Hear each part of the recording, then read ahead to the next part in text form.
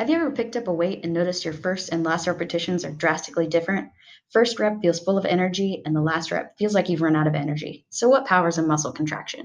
A muscle contraction requires energy. In our bodies, we use stored ATP. When the third phosphate is released, it provides power for a muscular contraction.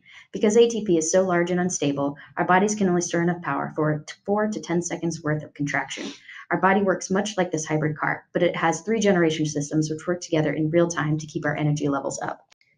Glucose, stored in our muscles, is used to power these generation systems. Glucose produces 2 ATP. Its byproducts, 2 pyruvate molecules and 2 NADH molecules, are then used to fuel the citric acid cycle and electron transport to make more ATP.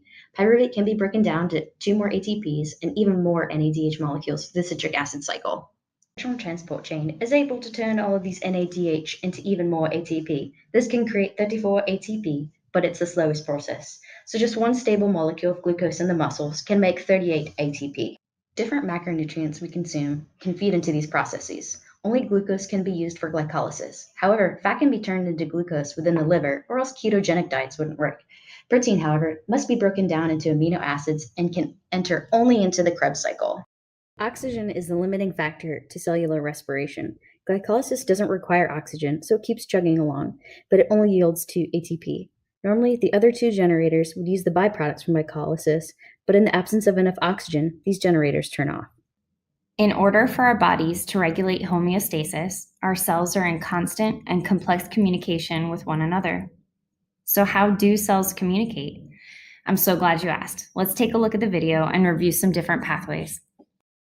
Paracrine signaling allows a cell to target another cell by a signal molecule that may diffuse between them. These cells are still close, but need not be connected. The ligands in paracrine signaling tend to be rapidly absorbed and rapidly degraded. The ligands are typically not traveling far, as this is local signaling. What about long distance?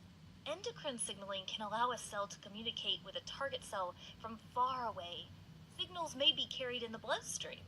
Hormones released by certain types of endocrine cells are a great example. I also want to point out that a cell could just signal itself. For example, in autocrine signaling, a cell could secrete a certain type of molecule which then binds to its own receptor and causes a response. A cell releasing its own growth factor could be an example of this.